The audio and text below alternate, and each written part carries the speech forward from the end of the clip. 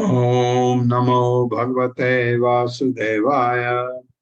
ओम नमो भगवते वासुदेवाय। ओम नमो भगवते वासुदेवाय। ओम नमो भगवते वासुदेवाय। ओम नमो भगवते वासुदेवाय। ओम ओम नमो भगवते वासुदेवाय। नारायणं नमस्कृत्य नरं चैव नरोत्तमं देवीं सरस्वतीं व्यासं ततो जयमुदीरये। नष्टप्रायेषु भद्रेषु नित्यं भागवत सेवया भगवते उत्तम श्लोके भक्तिर्भवति नैष्ठिकी। हरे कृष्ण, आप सबका स्वागत है। हरे कृष्ण हरे कृष्ण। सांख्यायनः पारमहंस मुख्यो विवेक्ष्यमाणो भगवद्विभूतिः जगात्सो अस्मद्गुरुवे अन्विताय पराशरायात् बृहस्पतेश्च। सांख्यायनः पारमहंस मुख्यो विवेक्ष्यमाणो भगवद्विभूतिः जगात्सो अस्मद्गुरुवे अन्विताय पराशरायात् बृहस्पतेश्च। मेरे साथ पढ़िए। साख्यायनः पारमहंस मुख्यो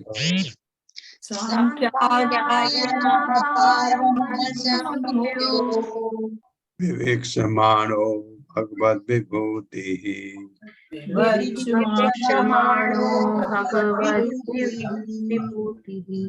जगात्सो अस्मद्गुरुवे अन्विताय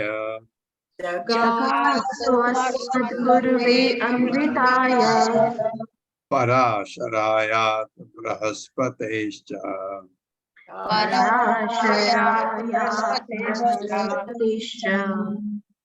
शब्दार्थ है साख्यायन, महर्षि साख्यायन परमहंसस्य मुख्यः, समस्त आध्यात्मवादियों में प्रमुख, विवक्ष्यमाणः वास्ते समय, भगवत विभूति ही भगवान की महिमाएं जगात बतलाया। सह उसने अस्मत् मेरे गुरुवे गुरु को अन्विताय अनुसरण किया।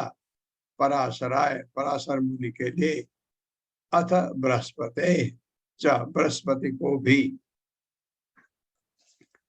सांख्यायन मुनि आध्यात्मवादियों में प्रमुख थे और जब वे श्रीमद् भागवत के शब्दों में भगवान की महिमाओं का वर्णन कर रहे थे तो ऐसा हुआ कि मेरे गुरु पराशर तथा बृहस्पति दोनों ने उनको सुना।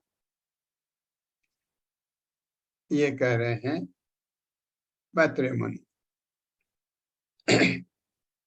मेरे साथ पढ़िए। सांख्यायन मुनि आध्यात्मवादियों में प्रमुख थे और जब वे श्रीमद् भागवत के शब्दों में भगवान की महिमाओं का वर्णन कर रहे थे तो ऐसा हुआ कि मेरे गुरु पराशर तथा बृहस्पति दोनों ने उनको सुना। ये कह रहे हैं मैत्रेय मुनि। प्रोवाच मह्यं सदयालुरुक्तो मुनिः पुलस्तेन पुराणमाद्यं सो अहं तव एतद् कथयामि वत्स श्रद्धालवे नित्यम अनुव्रताय। मेरे साथ पढ़िए। प्रोवाच मह्यं सदयालुरुक्तो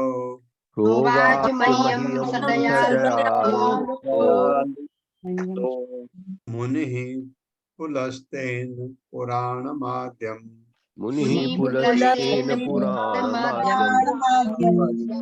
तो अहं तव एतद् कथयामि वत्स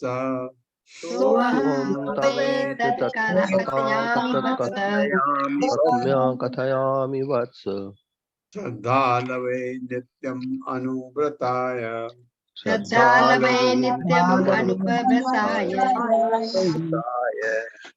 शब्दार्थ है प्रोवाच कहा, मह्यम मुझसे, सह उसने, दयालु दयालु, उक्तः उपर्युक्त, मुनि मुनि, पुलस्तेन पुलस्त मुनि से, पुराणम आद्यम समस्त पुराणों में अग्रगण्य,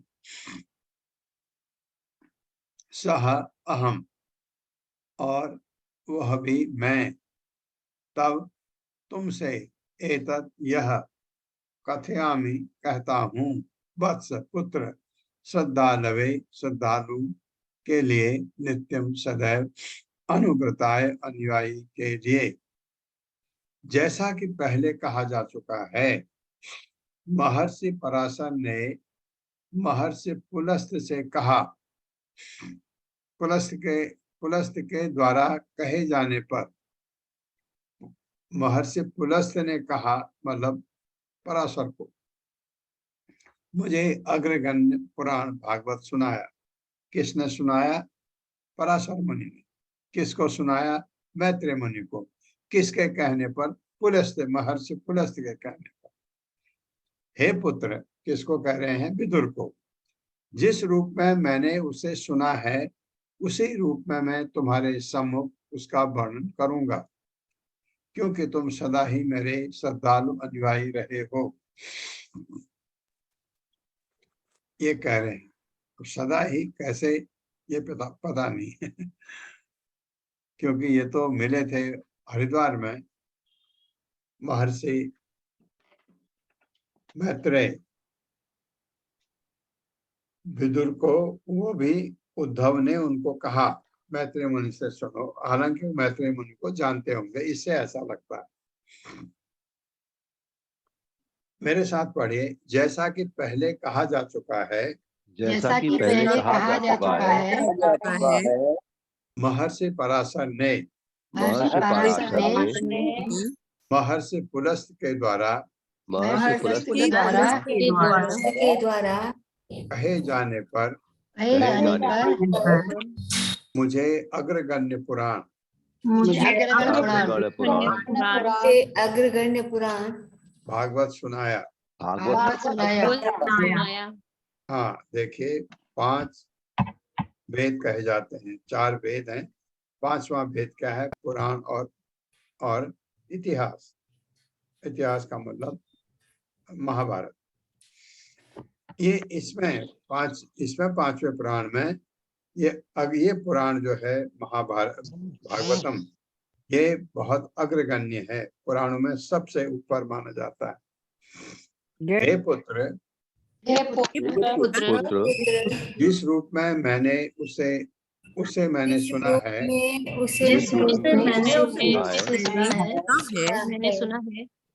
उसी रूप में मैं तुम्हारे सम्मुख उसका वर्णन करूंगा, क्योंकि तुम सदा ही मेरे श्रद्धालु अनुयायी रहे हो। तात्पर्य माता जी। हरे कृष्ण पल्लवी माता जी। हरे कृष्ण माता जी। हरे कृष्ण प्रभु जी। तात्पर्य श्रील प्रभुपाद जी द्वारा। श्रील प्रभुपाद जी की जय। पुलस्त्य नामक महर्षि सारे असुरों के पिता है। एक बार पराशर ने यज्ञ करना प्रारंभ किया, जिसमें सारे असुरों को जलाकर नष्ट किया जाना था, क्योंकि इन असुरों में से किसी एक ने उनके पिता का वध करके उसे निगल लिया था। महर्षि वशिष्ठ मुनि यज्ञ में पधारे और पराशर से अनुरोध किया कि इस घातक कृत्य को बंद कर दे। मुनियों के समुदाय में वशिष्ठ के पद पर एवं प्रतिष्ठा के कारण पराशर उनके अनुरोध को टाल न सके। जब पराशर ने यज्ञ रोक दिया तो असुरों के पिता पुलस्त ने उनके ब्राह्मण स्वभाव की प्रशंसा की और यह आशीर्वाद दिया कि भविष्य में वे पुराणों के महान वक्ता बनेंगे, जो वेदों के पूरक ग्रंथ है।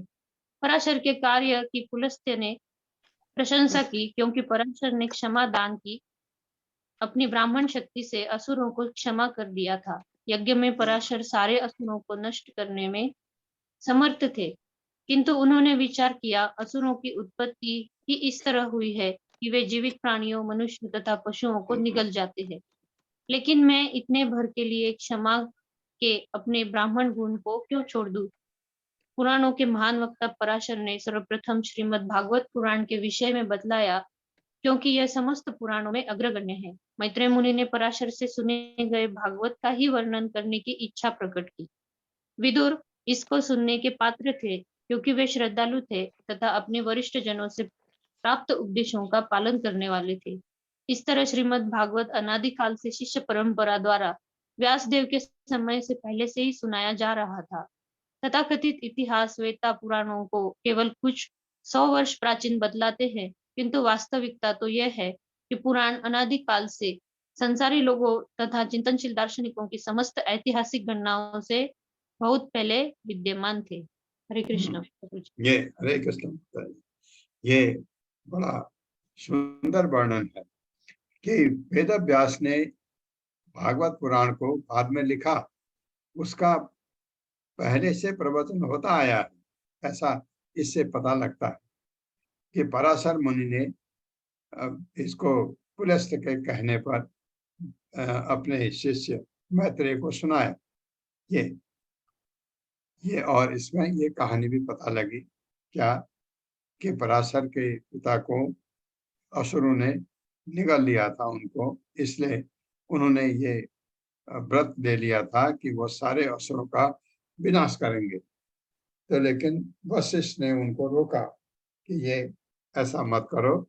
फिर उनको भी लगा कि मैं अपने ब्राह्मण के गुण क्यों खो रहा हूं, क्योंकि ब्राह्मण ऐसा संहार का कार्य नहीं करता है। तो इसलिए इसमें तो उन्होंने सोचा कि असुरों की उत्पत्ति ही इस तरह हुई है कि वे जीवित प्राणियों, मनुष्यों तथा पशुओं को निकल जाते हैं। जैसे आप सोचिए, आप जंगल में जा रहे हैं, शेर आ गया, आपको अटैक कर सकता है, क्योंकि उसका वो स्वभाव है। कोई जंगली जानवर कोई भालू है, शेर है, कोई ऐसे जानवर हैं जो अटैक करते हैं, उनका स्वभाव है, तो मैं अपने को क्यों बदलूं? मैं तो ब्राह्मण हूं, मेरा तो ये काम नहीं है। ये करके उनको भी बस इसके कहने पर ध्यान आया, ये बताया गया है। तो हमको भी कभी भी, आप सतोगुण में हैं, कोई व्यक्ति आपको अपमान करता है, उससे आपको विचलित नहीं होना चाहिए। क्योंकि वो तमोगुणी है, उसका स्वभाव है। रजोगुणी है, वो आपसे गुस्से में बात कर सकता है, उसका स्वभाव है, रजोगुणी है। हम अगर सतोगुण में हैं तो हमें ध्यान देना चाहिए कि ये उसका गुण, उसका स्वभाव ऐसा, वो करेगा। आप जानते हैं, जैसे कोई रास्ते में पागल आ जाता है, कुछ भी कर सकता है, स्वभाव है।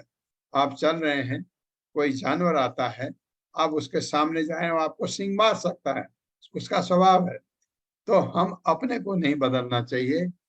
ये पराशर मुनि के दिमाग में आया, सही आया ये, क्योंकि वो ब्राह्मण थे, तो इस वजह से उन्होंने उनको क्षमा कर दिया और अपना वो जो उन्होंने ये व्रत दिया था कि सारे असुरों का नाश करेंगे, वो बंद कर दिया।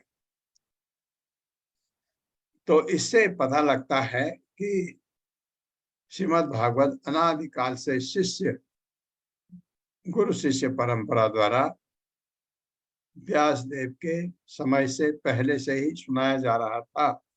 तथा कथित इतिहास वेता पुराणों को केवल कुछ 100 वर्ष प्राचीन बताते हैं, तो गलत है। किंतु वास्तविकता यह है कि पुराण अनादिकाल से संसारी लोगों तथा चिंतनशील दार्शनिकों की समझ ऐतिहासिक गणनाओं से बहुत पहले विद्यमान थे। इसका मतलब यह है, आप समझ सकते हैं कि भागवत पुराण भी, लेकिन था कि इसमें स्मृति में लिपिबद्ध नहीं था। लिपिबद्ध तो वेद व्यास ने किया। ये सुना रहे थे, वो सुन रहे थे, और ऐसी स्मृति होती थी, और ऐसी ऐसा ज्ञान जो वो याद है सुनाते थे, और शिष्य लोग सुन करके याद रखते थे। वो कह रहे हैं विदुर को, जैसा मैंने अपने गुरु से सुना वैसा ही मैं तुमको सुनाने जा रहा हूँ। 10वां श्लोक है, उदाप्लुप्तं विश्वमिदं तदासीत् यन्निद्रया विधीत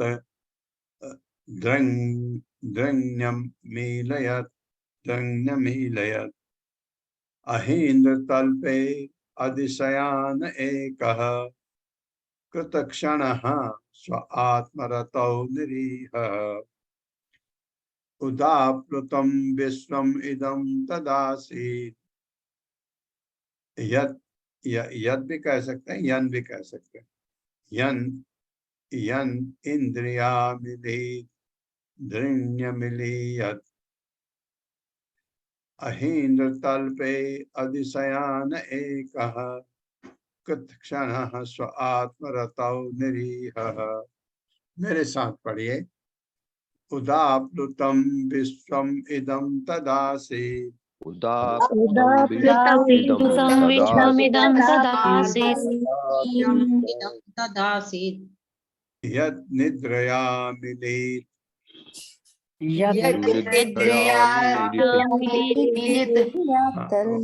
अमीलित है। यद इंद्रिया अमीलित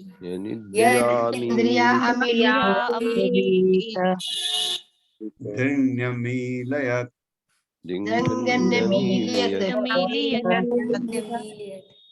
यद इंद्रिया अमीलित धृण्यमीलयत्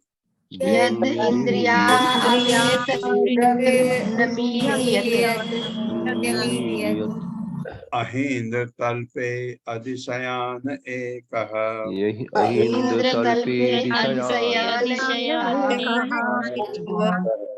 कृतक्षणः स्व आत्मरतौ निरीहः।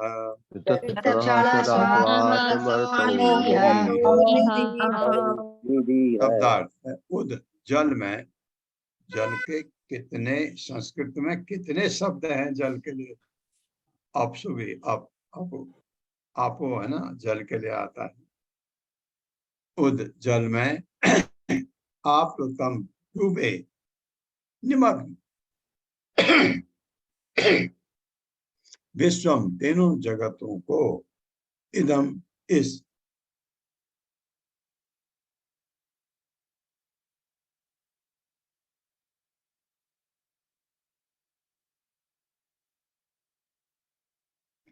इदम इस तदा उस समय आसीत यह इसी तरह था यत जिसमें निद्रया नींद में अमीलित बंद की दृक आंखें नमीलियत पूरी तरह से बंद नहीं अहि इंद्र महान सर्प अनंत अनंत तल पे सैया में अधिशयान लेटे हुए एक एकाकी कृत क्षण व्यस्त स्व आत्मरतौ अपनी अंतरंगा शक्ति का आनंद लेते निरीह बहिरंगा शक्ति के किसी अंश के बिना। उस समय जब तीनों जगत जल में निमग्न थे, तीनों जगत पृथ्वी ऊपर नीचे सब, तो गर्भोदक्षाई विष्णु महान सर्प अनंत की अपनी सैया में अकेले लेटे थे। गर्भोदक्षाई विष्णु यद्यपि वे अपनी निजी अंतरंगा शक्ति में सोए हुए लग रहे थे और बहिरंगा शक्ति के प्रभाव से मुक्त थे, किंतु उनकी आंखें पूर्णतया बंद नहीं थीं। भगवान गर्भोदक्षाई विष्णु की, मेरे साथ पढ़िए। उस समय जब तीनों जगत जल में निमग्न थे, जब तीनों जगत जल में निमग्न थे, तो गर्भोदक्षाई विष्णु तो गर्भोदक्षाई विष्णु महान सर्प अनंत की सर्प अनंत की अपनी सैया में अकेले लेटे थे। अपनी सैया में अकेले लेटे थे। यद्यपि वे वे अपनी निजी अंतरंगा शक्ति में निजी अंतरंगा शक्ति में खोए हुए लग रहे थे। हुए लग रहे थे। क्या होता है, अंतरंगा शक्ति में भगवान सोते हैं अपनी शक्ति से, तो भगवान हालांकि सोए लगते हैं लेकिन सारे कार्य सुचारू रूप से चलते हैं। ऐसा लग रहा था सोए हैं, तो क्या कह रहे हैं, और बहिरंगा शक्ति के प्रभाव से मुक्त थे। हाँ, तब तक उनमें बहिरंगा शक्ति का कोई वो नहीं दिख रहा था, क्योंकि जब सृष्टि करते हैं भगवान बहिरंगा शक्ति का भी इस्तेमाल करते हैं, लेकिन यहाँ पर अभी ऐसा कुछ भी नहीं था, ये बताया गया। किंतु उनकी आंखें पूर्णतया बंद नहीं थी। तात्पर्य माता जी। हरे कृष्ण। कृष्णा सुधीर प्रभु जी। हरे कृष्णा। आवाज आ रही है ना? हाँ हाँ बिल्कुल आ रही। हाँ, सभी को दंडवत प्रणाम। और तात्पर्य श्री प्रभुपाद जी की जय। श्री प्रभुपाद जी के द्वारा भगवान अपनी अंतरंगा शक्ति द्वारा सतत दिव्य आनंद लेते हैं, जबकि बहिरंगा शक्ति विराट जगत के प्रलय के समय निलंबित कर दी जाती है। हरे कृष्णा सभी को। हरे कृष्णा प्रभु। तो अंतरंगा शक्ति भगवान की ऐसी है जो सिर्फ आनंद देती है। ये जब आप आध्यात्मिक तरक्की करते हैं, आध्यात्मिक प्रगति होती है आपकी, अभी आप पूरे तरह आध्यात्मिक नहीं बने, अध्यात्म में चल रहे हैं, आपको थोड़ा शांति आती है, फिर खुशी होने लगती है। अगर आप पूरी तरह प्रकृति के 3 गुणों को त्याग करके आत्म साक्षात्कार करें तो आप आनंदित हो जाते हैं पूरी तरह से। आपको फिर भौतिक, कोई कहे लड्डू है, कोई कहे गुलाब जामुन है, आप कहेंगे तुच्छ है, ये भी तुच्छ है। भौतिक जगत का काम तुच्छ, भौतिक जगत का लोभ, तुच्छ, सब तुच्छ, बहुत तुच्छ हो जाता है, क्योंकि आपको वो आनंद आने लगता है, आध्यात्मिक आनंद। उदाहरण है, छोटी चीज, आप गुड़ पट्टी खाने से आपको अच्छा लगता है? हाँ, लगता है। मीठा आपको अच्छा लगता है तो गुड़ पट्टी अच्छी लगती है। अगर उसकी जगह रसमलाई मिल जाए, आप कहेंगे गुड़ पट्टी हटाओ, गंदगी है, रसमलाई खाओ। उससे और अच्छी कोई चीज मिल जाए, कांचा गोला मिल जाए बंगाली, और वो गुड़ वाला, कौन सा, खजूर के गुड़ वाला कांचा गोला मिल जाए, आप कहेंगे रसमलाई भी छोड़ दो। ये क्योंकि टेस्ट अगर हायर हो गया तो आप नीचे चीजों को छोड़ देते हैं। आध्यात्मिक सुख जब मिल जाए, भौतिक सुख तो अच्छा है ही नहीं, भौतिक सुख तो सुख है ही नहीं, क्योंकि वो सुख दुख से मिश्रित है। तो इसलिए तो इसमें जो बताया है, भगवान अंतरंगा शक्ति का दिव्य आनंद ले रहे थे, तो अगर आध्यात्म में हम आगे बढ़े तो वही आनंद हमको भी मिलता है। जितने भी ये लोग आध्यात्म में जा चुके, प्रभुपाद बार बार क्यों कहते हैं छोड़ो छोड़ो छोड़ो, ये करो, क्यों? क्योंकि उन्होंने वो सुख पाया है, आध्यात्मिक सुख पाया है। उनके गुरु ने भी, और जो महान महान ये लोग बातें कर रहे हैं, आध्यात्मिक सुख पाया, तो वो भौतिक सुख की कभी कामना नहीं करते, क्योंकि वो टेस्ट आपका हायर हो जाता है। और जबकि बहिरंगा शक्ति विराट जगत के प्रलय के समय निलंबित कर दी जाती है। बहिरंगा शक्ति प्रलय के समय, क्योंकि भगवान अपनी अंतरंगा शक्ति का इस्तेमाल करते हैं।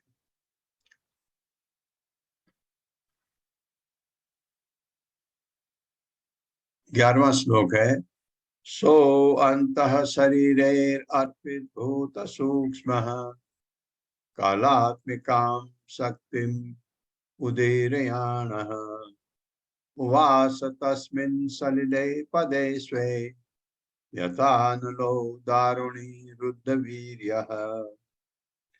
सो अंतः शरीरे अर्पित भूत सूक्ष्मः कालात्मिकां शक्तिमुदीरयाणः उवास तस्मिन् सलिले पदे स्वे यथा अनुलो दारुणी रुद्धवीर्यः।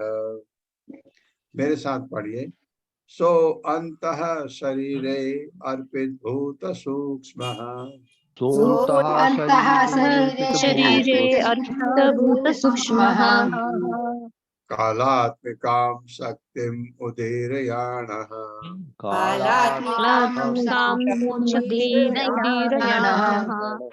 उवास तस्मिन् सलिले पदे स्वे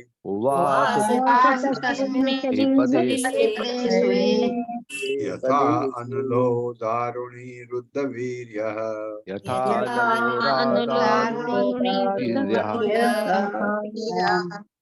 सह भगवान अंतः भीतर शरीरे दिव्य शरीर में अर्पित रखा हुआ भूत भौतिक तत्व सूक्ष्म काल आत्मिकाम काल का स्वरूप शक्ति उदीरयाण अर्जित करते हुए उवास निवास किया तस्मिन उसमें सलिले जल में पदेश स्थान में स्वे निजी यथा जिस तरह अनलह अग्नि दारुणी लकड़ी में रुद्ध वीर्य लीन शक्ति जिस तरह ईंधन के भीतर अग्नि की शक्ति छिपी रहती है। लकड़ी है ना, लकड़ी के अंदर ईंधन की शक्ति होती है। जब लकड़ी को जलाते हैं आप एक जगह से, तो वो कितनी शक्ति आपको देती है, शक्ति उसमें छुपी रहती है अग्नि की। उसी तरह भगवान समस्त जीवों को उनके सूक्ष्म शरीर में लीन करते हुए प्रलय के जल के भीतर पड़े रहे।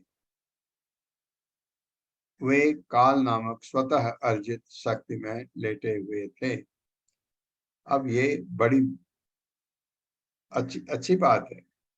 मैं इस शरीर को लेके प्रलय के समय जब गया भगवान में, मेरा सूक्ष्म शरीर है वहां, और ये कचरा जो है ये भी होगा कहीं पड़ा हुआ, लेकिन उसके बाद जब प्रलय के बाद जब सृष्टि होती है तो शरीर ये बदल भी सकता है कि गुणों के हिसाब से, और वही भी रह सकता, चांसेस बहुत कम होते हैं ये ऐसा, क्योंकि भगवान सूक्ष्म शरीर में लीन करते हुए जीवों को उनके सूक्ष्म शरीर में लीन करते हुए प्रलय के जल में भीतर पड़े रहे भगवान हैं।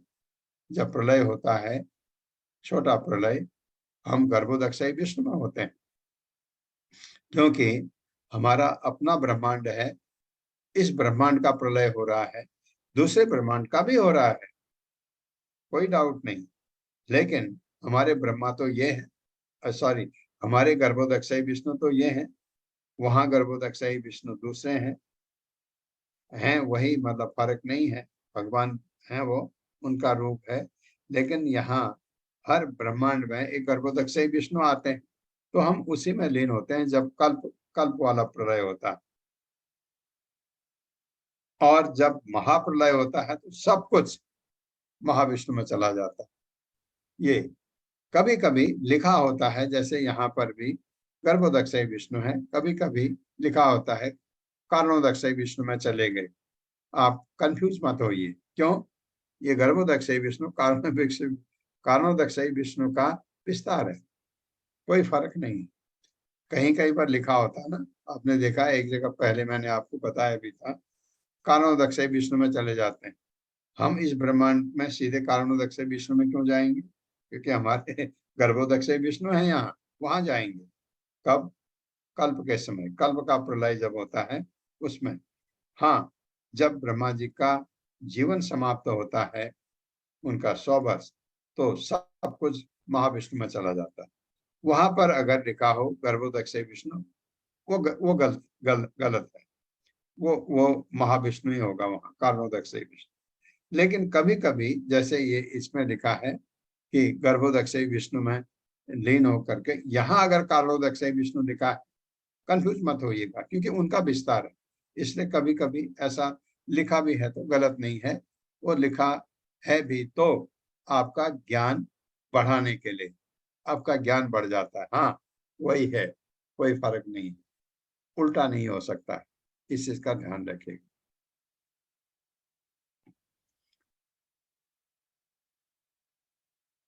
जिस तरह ईंधन के भीतर जिस तरह बढ़िए। ईंधन के भीतर भीतर अग्नि की शक्ति छिपी रहती है, जिस तरह अग्नि ईंधन के की भीतर शक्ति उसी तरह भगवान उसी तरह भगवान भगवान समस्त जीवों को समस्त समस्त जीवों को उनके सूक्ष्म शरीरों में उनके सूक्ष्म शरीरों में लीन करते हुए लीन करते हुए प्रलय के जल के भीतर पड़े रहे। पहले के प्रलय के जल के भीतर पड़े रहे जल के भीतर पड़े वे रहे। काल नामक काल नामक स्वतः अर्जित शक्ति में लेटे हुए थे। स्वतः अर्जित शक्ति में लेटे हुए थे। हाँ, ये शक्ति भगवान की है ना, काल शक्ति, समय। तात्पर्य माता जी। हरे कृष्णा। संतोषी गुप्ता माता जी। हरे कृष्ण प्रभु जी, दंडवत प्रणाम। हरे कृष्ण माता जी। तात्पर्य, श्रील प्रभुपाद जी की जय। श्रील प्रभुपाद जी के द्वारा जब तीनों लोक उच्च, मध्य, ऊर्ध्व, मध्य तथा अधोलोक प्रलय के जल में निमग्न हो गए, तो तीनों लोकों के जीव काल नामक शक्ति के द्वारा अपने सूक्ष्म शरीरों में पड़े रहे। इस प्रलय में स्थूल शरीर अप्रकट हो गए, किंतु सूक्ष्म शरीर स्थित रहे। जिस तरह भौतिक सृष्टि का जल पड़ा रहता है, इस तरह भौतिक शक्ति पूर्णतया निःशेष नहीं हुई, जैसा कि भौतिक जगत के पूर्ण प्रलय में होता है। हरे कृष्ण प्रभु जी। हरे कृष्णा। एक चीज आपको समझ आ रही है, स्थूल शरीर तो अप्रकट हो गए, सूक्ष्म शरीर, ध्यान रखिएगा, सूक्ष्म शरीर है किसके साथ? आत्मा के साथ। हमारी आत्मा है वहां, सूक्ष्म शरीर आत्मा के साथ होता है। ये याद रखिए। चतुर्युगानां च सहस्रमप्सु स्वपन् स्वयो दीरितया स्वशक्त्या कालाख्यया आसादित कर्म तंत्रो लोकान अपीतान दृश्यसे स्वदेहे। चतुर्युगानां च सहस्रम अप्सु स्वपन्सयो धीरितया स्वशक्त्या कालाख्यया आसादित कर्म तंत्रो लोकान अपीतान ददृश्ये स्वदेहे। मेरे साथ पढ़िए। चतुर्युगानां च सहस्रम अप्सु चतुर्युगानां च सहस्रमप्सु स्वपन्सयो दीरितया स्वशक्त्या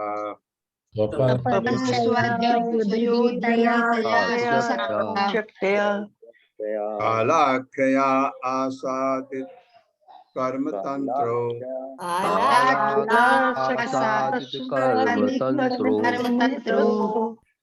लोकान अपीतान ददृश्ये स्वदेहे।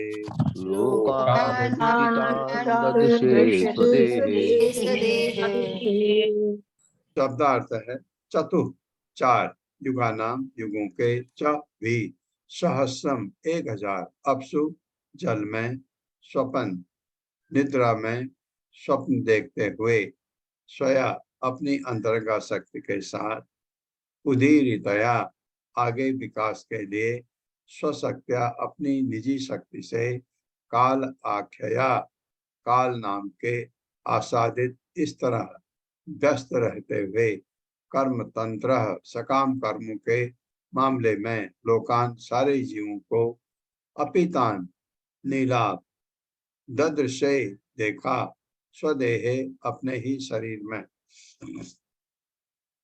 भगवान अपनी अंतरंगा शक्ति में 4000 युग चक्रों तक लेटे रहे।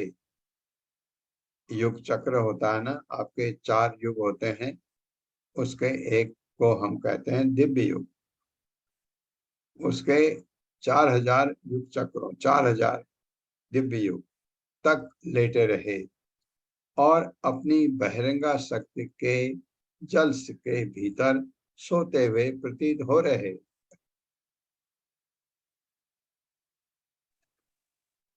जब सारे जीव काल शक्ति द्वारा प्रेरित होकर अपने सकाम कर्मों के आगे के विकास के लिए बाहर आ रहे थे, तो उन्होंने अपने दिव्य शरीर को नीले रंग का देखा। मेरे साथ पढ़िए। भगवान अपनी अंतरंगा शक्ति में 4000 युग चक्रों तक लेटे रहे। 4000 युग चक्रों तक लेटे रहे। कौन? गर्भोदक्षाई विष्णु। और अपनी बहिरंगा शक्ति से जल के भीतर सोते हुए प्रतीत होते रहे। जल के भीतर सोते हुए जब सारे जीव काल शक्ति द्वारा प्रेरित होकर अपने सकाम कर्मों के आगे के विकास के लिए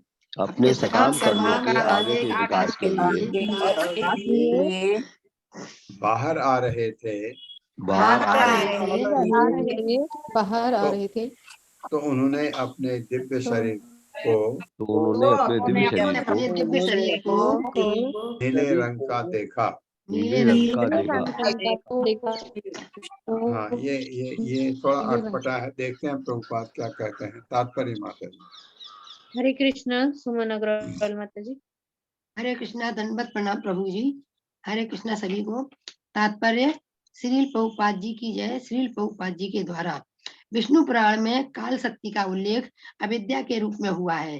काल शक्ति के प्रभाव का लक्षण यह है कि मनुष्य को सकाम फलों के लिए भौतिक जगत में कार्य करना होता है। भगवत गीता में सकाम कर्मियों को मूढ़ या मूर्ख कहा गया है। ऐसे मूर्ख जीव कुछ क्षणिक लाभ के लिए शाश्वत बंधन के अंतर्गत कार्य करने के लिए अत्यधिक उत्साहित रहते हैं। यदि कोई व्यक्ति अपने बाद अपने बच्चों के लिए प्रभुत संपत्ति छोड़ जाता है तो वह अपने जीवन में अपने को अतीव चतुर समझता है और इस क्षणिक लाभ को पाने के लिए वह सारे पाप कर्मों का जोखिम उठाता है। उसे उसका ज्ञान नहीं रहता कि ऐसे कार्य उसे भवबंधन की जंजीरों से हमेशा के लिए जकड़ कर रखेंगे। इस दूषित मनोवृत्ति तथा भौतिक पापों के कारण जीव कुल मिलाकर नीले रंग के प्रतीत होते हैं। सकाम फल के लिए कार्य करने की ऐसी प्रेरणा भगवान की बहिरंग शक्ति काल के आदेश द्वारा संभव हो पाती है। हरे कृष्णा प्रभु जी, दंडवत हरे प्रणाम। कृष्णा। लेकिन इससे अभी भी इसमें हमको क्लियर नहीं हुआ कि ये सकाम कर्म के लिए बाहर आते हुए नीले कैसे हो गए। इसके बारे में मैं इसको पढ़ के इसको आपको बताऊंगा अगले क्लास में जब संभव होता मुझे मिलता है। मैं इसको थोड़ा और इसके बारे में मनन करूंगा क्योंकि जो ये देखिए यहाँ जो हमारे इसमें है, जब सारे जीव काल शक्ति द्वारा प्रेरित होकर, ये तो ठीक है, ये जब सृष्टि होती है तब की बात है। ये काल शक्ति का प्रेरित सकाम कर्मों के आगे के विकास के लिए बाहर आ रहे थे, तो ये तो तभी होता है जब सृष्टि होती है। तो उसमें अपने दिव्य शरीर को, एक तो उनका शरीर दिव्य है ही नहीं, कौन सा शरीर है? आत्मा है, वह दिव्य है। सूक्ष्म शरीर आत्मा के साथ है, वो भी मानते हैं दिव्य है। तो उसको नीले रंग का देखा उन्होंने, ये थोड़ा अभी भी मुझे थोड़ा लग रहा है, इसमें थोड़ा हमको क्लैरिफिकेशन चाहिए। मैं क्लैरिफाई करके बताऊंगा आपको। 13वां श्लोक है, यस्य अर्थ सूक्ष्म अभिनिविष्ट दृष्टे अंतर्गतो अर्थो रजसा तनीया गुणेन कालानुगतेन विद्धः सूक्ष्म तदा विद्यत् नाभिदेशात्। तस्य अर्थ सूक्ष्म अभिनिविष्ट दृष्टे या दृष्टे, दोनों कर सकते हैं। अंतर्गतो अर्थो रजसा तनीयान् गुणेन काला अनुगतेन विद्धः सूक्ष्म तदा अभिद्यत् नाभिदेशात्। मेरे साथ पढ़िए, तस्य अर्थ सूक्ष्म अभिनिविष्ट दृष्टे। तस्य अर्थ सूक्ष्म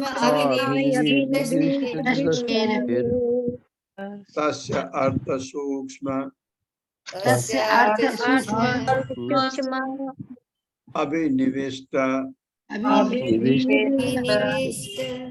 दृष्टेर। तस्य अर्थ सूक्ष्म अभिनिविष्ट दृष्टेर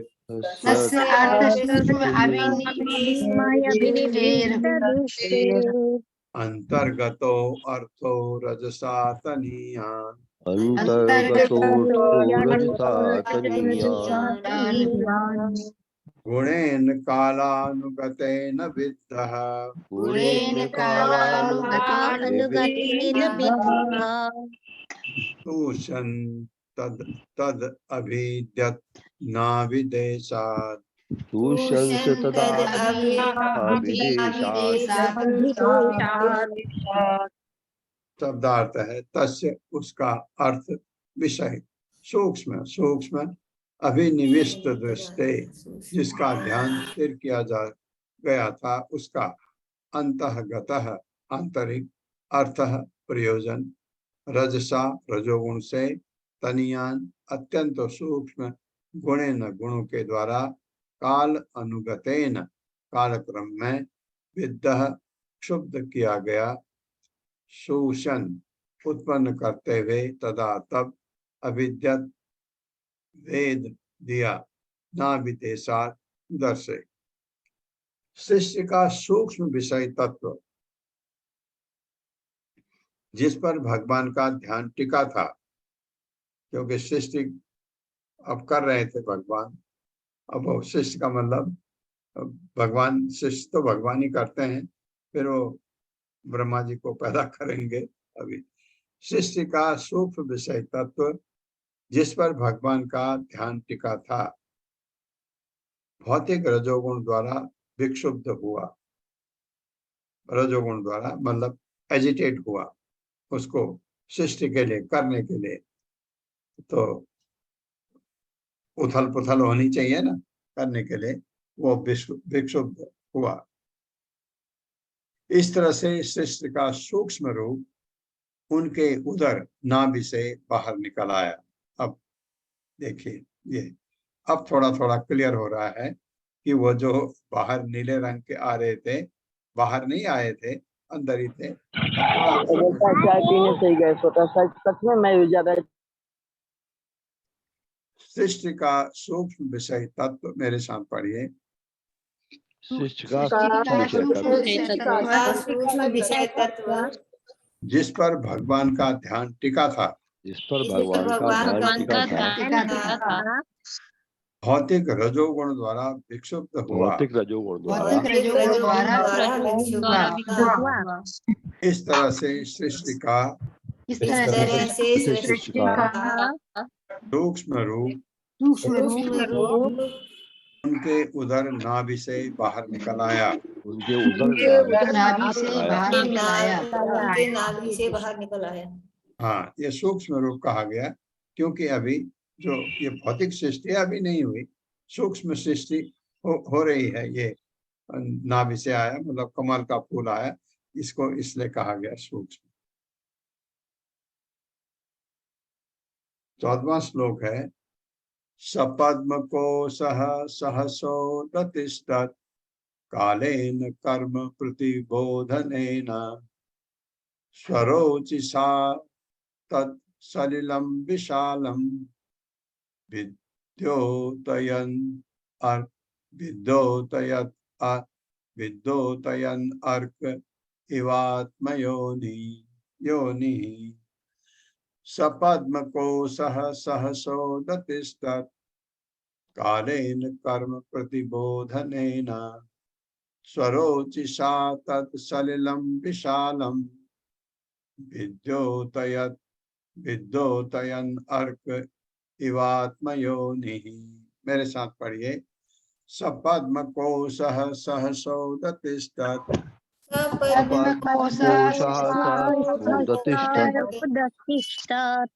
कालेन कर्म प्रतिबोधनेन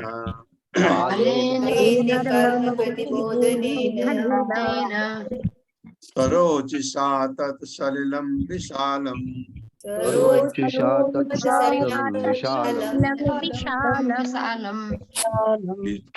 विद्योतयन् अर्क इवात्मयोनिः।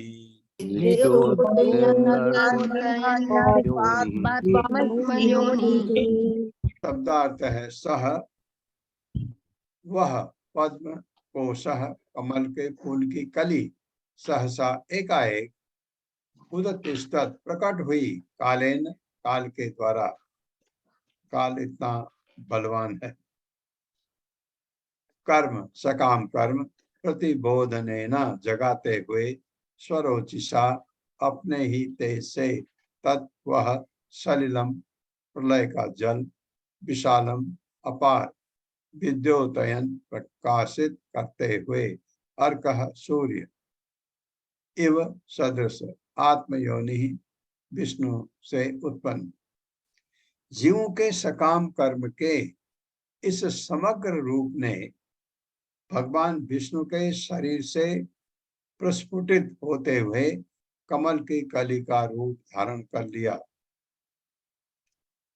फिर उनकी परम इच्छा से इसने सूर्य की तरह हर वस्तु को आलोकित किया और प्रलय के अपार जल को सुखा डाला।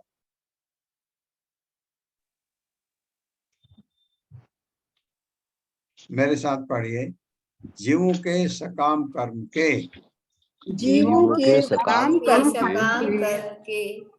इस समग्र रूप ने इस समग्र रूप में भगवान विष्णु के शरीर से भगवान विष्णु के शरीर से प्रस्फुटित होते हुए कमल की कली का स्वरूप धारण कर लिया। कमल की कली का स्वरूप धारण कर लिया। फिर उनकी परम इच्छा से इसने सूर्य की तरह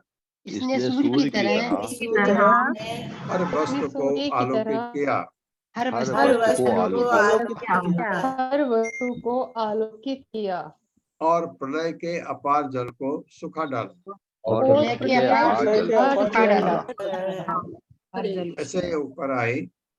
ये तो पता है, जो नाभि सरोवर थी, भगवान के नाभि में एक सरोवर थी जिसमें हमने पहले पढ़ा था। तो ब्रह्मा जी गए, उनको दिखा नहीं, तपस्या की, फिर दिखा बाद में। तो वो सरोवर सूख गया क्योंकि वो था ही शिष्य के लिए, ये समझ आता है। लेकिन मेरे समझ से गर्भक ओशन के लिए नहीं है। ये जो जल है शिष्य के लिए, जिसमें कमल का फूल ऊपर आया, उसने पूरे जो नाभि सरोवर को सुखा डाला। ये मतलब है मेरे समझ से। पढ़ लिया ना मेरे साथ आपने ये? जी प्रभु जी। जी प्रभु जी। 15वां श्लोक। तत्लोक पद्मं स एव विष्णुः प्राविशत् सर्वगुणावभासम् तस्मिन् स्वयं वेदमयो विधाता स्वयं भुवं यं स्म वदन्ति सो अभूत्। पढ़िए मेरे साथ। तत्लोक पद्मं स एव विष्णुः तल्लोक पद्मं प्राविशत्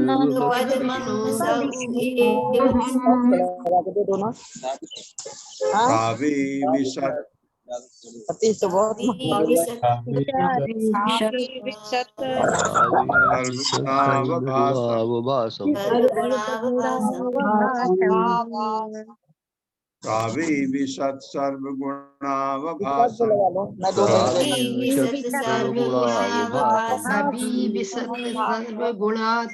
सर्वगुणावभासम् तस्मिन् स्वयं वेदमयो विधाता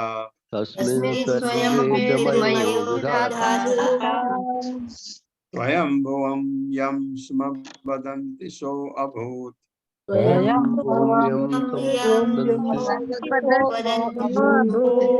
शब्दार्थ है तत्, उस लोक ब्रह्मांड के, पद्मम कमल को, सह वह, निश्चय ही, एव वस्तुतः विष्णु भगवान, प्राविशत् भीतर घुसा, सर्व समस्त गुण अवभासम समस्त गुणों का आगार, तस्मिन् जिसमें, स्वयं खुद, वेदमय साक्षात वैदिक विधाता ब्रह्मांड का नियंत्रक, स्वयं भुवम स्वतः उत्पन्न, यम जिसको, स्म भूतकाल में, वदंति कहते हैं, सह वह अभूत उत्पन्न हुआ।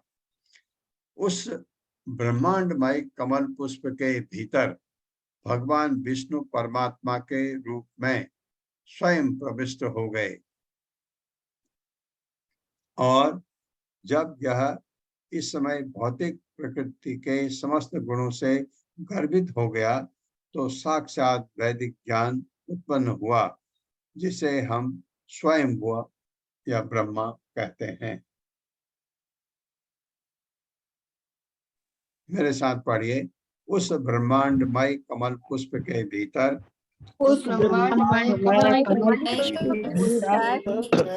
भगवान विष्णु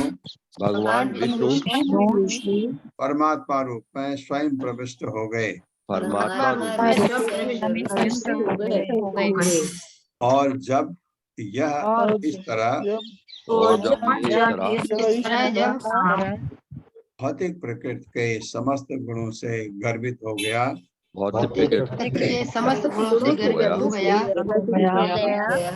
तो साक्षात वैदिक ज्ञान उत्पन्न हुआ, तो साक्षात साक्षात वैदिक वैदिक ज्ञान उत्पन्न हुआ, जिसे हम स्वयं यानी ब्रह्मा कहते हैं। जिसे हम स्वयं भू ब्रह्मा कहते हैं। हाँ, स्वयं कहते हैं जो खुद उत्पन्न हुआ। ब्रह्मा जी हालांकि खुद तो नहीं हुए, लेकिन माँ के गर्भ से नहीं पैदा हुए। न बाप था न माता, बाप तो थे, भगवान थे, उन्होंने उत्पन्न कराया, लेकिन बिना माँ के पैदा हुआ, स्वयं खुद पैदा हुआ, इसलिए उनको स्वयं कहते हैं। इसी तरह स्वयं भुआ मनु जो है वो भी ब्रह्मा जी ने पैदा किया हालांकि, लेकिन बिना माँ के, स्वयं भुआ मनु भी, तो इसलिए उनको स्वयं भुआ का मतलब ब्रह्मा होता। तात्पर्य हरे कृष्णा शकुंतला पवार माता जी। हरे कृष्णा माता जी, हरे कृष्णा प्रभु जी, दंडवत प्रणाम। श्री श्रील प्रभुपाद जी की जय। तात्पर्य श्री श्रील प्रभुपाद जी के द्वारा। यह कमल का फूल भौतिक जगत में ब्रह्मांड का विराट रूप है। प्रलय के समय यह भगवान विष्णु के उदर में घुल मिल जाता है और सृष्टि के समय प्रकट होता है। यह गर्भोदक शाही विष्णु के कारण है, जो प्रत्येक ब्रह्मांड में प्रवेश करते हैं। इस रूप में भौतिक प्रकृति द्वारा बद्ध समस्त जीवों के सकाम कर्मों का सार समाहार रहता है, और इस कमल पुष्पा से सर्वप्रथम ब्रह्मा अर्थात ब्रह्मांड का नियंत्रक उत्पन्न होता है। इस प्रथम उद्भूत जीव का कोई भौतिक पिता नहीं होता, यद्यपि बाकी सभी के पिता होते हैं।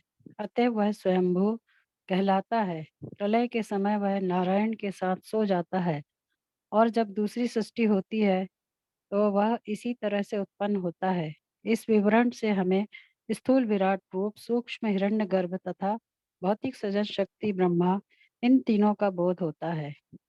हरे कृष्णा प्रभु जी, हरे धन्यवाद। कृष्णा माता जी, हरे कृष्ण।